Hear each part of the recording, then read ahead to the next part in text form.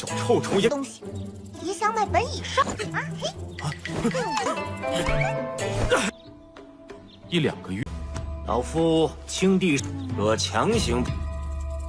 老大，龙天业擅自动手，实属是执法殿的大人。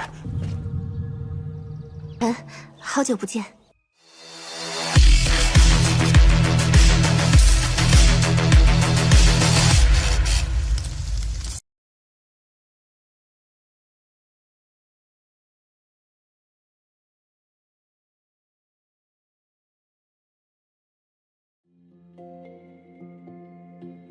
Halo semuanya, selamat datang di Ruang Sinema. Bagaimana kabar kalian semua? Semoga selalu sehat dan baik-baik saja. Sesuai jadwal, jadi pada hari ini kita akan kembali melanjutkan series Donghua Martial Master episode terbaru, yang mana ini adalah episode yang ke-530. Bagi yang baru bergabung dan series ini, kita sudah sediakan playlistnya, jadi kalian bisa mudah mencari di mana episode awal dari series ini. Namun sebelum kita mulai episode terbarunya, kita akan melihat dulu apa saja yang telah terjadi pada episode sebelumnya, tepatnya pada episode 529.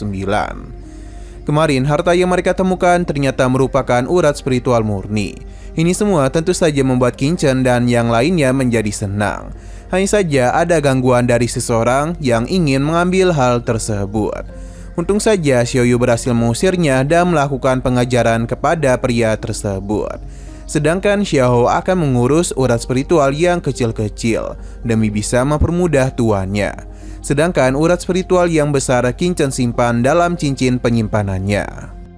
Setelah dari sana, mereka pun menyusul Xiaoyu yang telah dikepung oleh 3 orang. Melihat rekannya diperlakukan seperti ini membuat Xiaohu marah dan berencana untuk memberikan hukuman kepada pria tersebut. Untung saja Qingchen ada di sini, jadi dia bisa menghentikan mereka.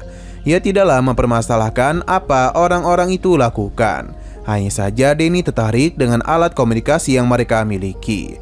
Alhasil Qingchen pun mencoba untuk mengikuti mereka. Sekarang kita akan melanjutkan episode terbarunya. Qingchen bersama yang lainnya telah sampai di tempat orang-orang itu berkumpul, yang mana saat ini para serangga cukup terkejut dengan apa yang berada di hadapan mereka. Bahkan Xiaoyu dan Xiaohu cukup kesulitan untuk bisa memahami awan gelap ini. Kedatangan kelompok Qingchen kemari tidaklah begitu disukai oleh orang-orang di sana. Padernya, Xiaoyu dan Xiaohu pun tahu kalau di hadapan mereka adalah hukum langit yang benar. Mendengar hal itu membuat orang-orang di sana menjadi senang karena perjalanan mereka membuahkan hasil.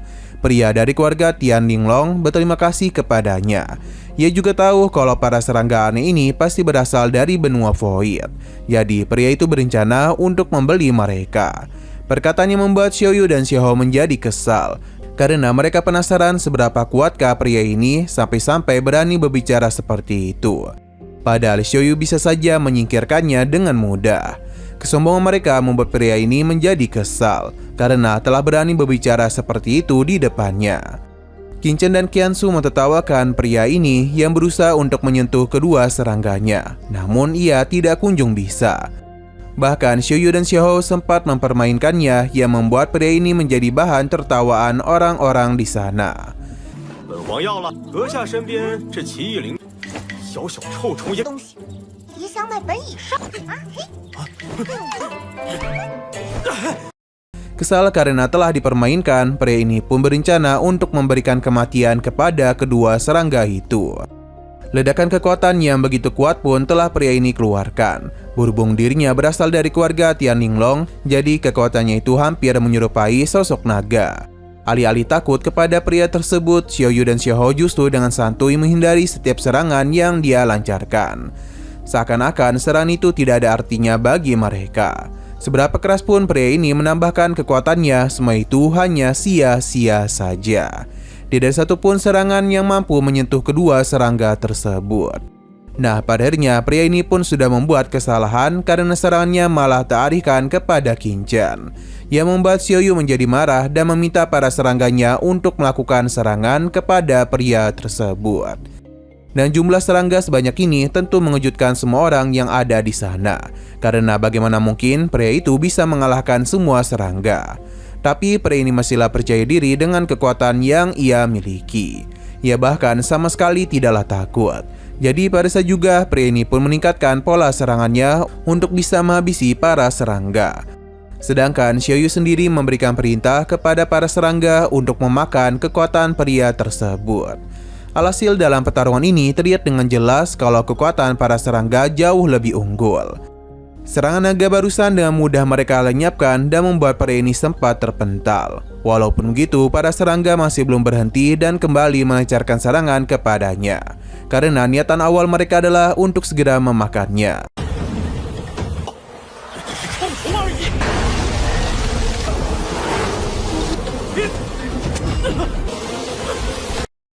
Melihat pria itu kesulitan, kedua rekannya pun ingin memberikan bantuan. Tapi Qin Chen tidak akan pernah membiarkan hal tersebut terjadi. Alhasil pria ini pun harus bertarung sendirian dalam menghadapi amukan para serangga. Pertahanan itu dengan mudah dihancurkan dan kini para serangga bisa dengan bebas menyerangnya. Sampai akhirnya para serangga pun telah berhasil memakannya dan membuat pria ini lenyap dari dunia. Orang-orang yang ada di sana benar-benar terkejut dengan apa yang terjadi. Sedangkan Xiaoyu dan Xiahou merasa begitu senang karena bagaimanapun mereka telah menghabisi seseorang yang telah berani memandang rendah tuan mereka. Jadi karena itulah mereka ini berani mengambil tindakan seperti itu. Kedua rekan Long Tianyi menjadi begitu marah atas apa yang Qin Chen lakukan. Ia bisa menjamin kalau Qin Chen akan mendapatkan hukuman.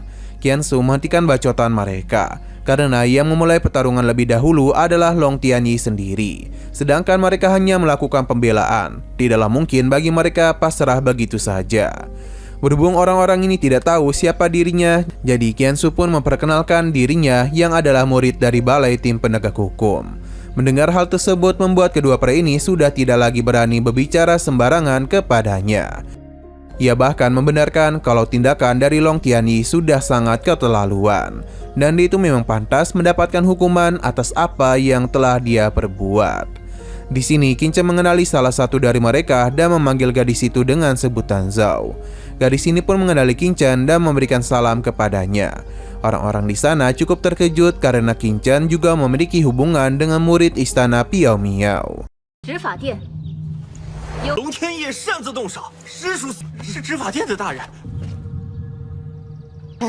好久不见。 Seorang tetua bernama Liu Yuanhao pun memberikan salam kepada Qin Chen dan memberitahu kalau ada sebuah formasi aneh di hadapan mereka. Jadi apakah mereka ini bisa bergabung dalam menghancurkan susunan formasi? Dengan begitulah ia berharap Qin Chen bisa membagi beberapa harta kepada mereka.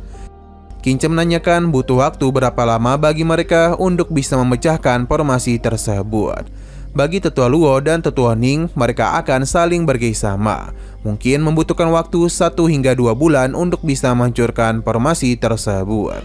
Kedua tetua ini memiliki status yang tidaklah biasa. Namun mereka tidak segan-segan memberikan hormat kepada Qin Chen karena sadar betul kemampuan hebat yang dia miliki.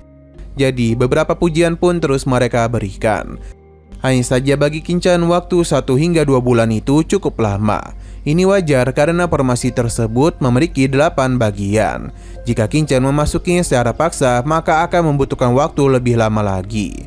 Xiaoyu memberitahu kalau di dalam sana terdapat hal yang bagus. Tapi bagi para serangga, cukuplah mudah bagi mereka untuk menghancurkan formasi tersebut. 不知吕修1-2个月，老夫青帝可强行。 老大， Nah, sayang sekali lagi seru-serunya episodenya ini pun harus bersambung dulu. Namun sebelum kita akhiri, seperti biasa kita akan melihat preview bagian selanjutnya. Qin Chen yang percaya dengan para serangganya pun meminta Xiaoyu dan Xiahou untuk segera menghancurkan susunan formasi yang ada di depan mereka. Para serangga mulai bertindak untuk memenuhi perintah tuannya. Melihat apa yang dilakukan oleh para serangga membuat semua orang kembali terkejut. Karena formasi yang seharusnya dihancurkan dalam waktu 1 hingga 2 bulan dengan mudah dihancurkan oleh para serangga. Bahkan mungkin tidak butuh waktu lama bagi formasi ini benar-benar akan terbuka. 小雨小火，就能吞噬这些黑雾。 Oke, sekian dulu pada video kali ini. Untuk video selanjutnya akan segera hadir. Jadi bagi kalian yang ingin mengikuti series ini, langsung saja klik subscribe dan aktifkan loncengnya.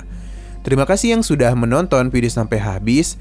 Jika kalian suka pada video ini, klik like dan share ke teman-teman kalian tentang channel ini. Dan ditunggu aja kelanjutannya. Oke, sampai jumpa di video selanjutnya.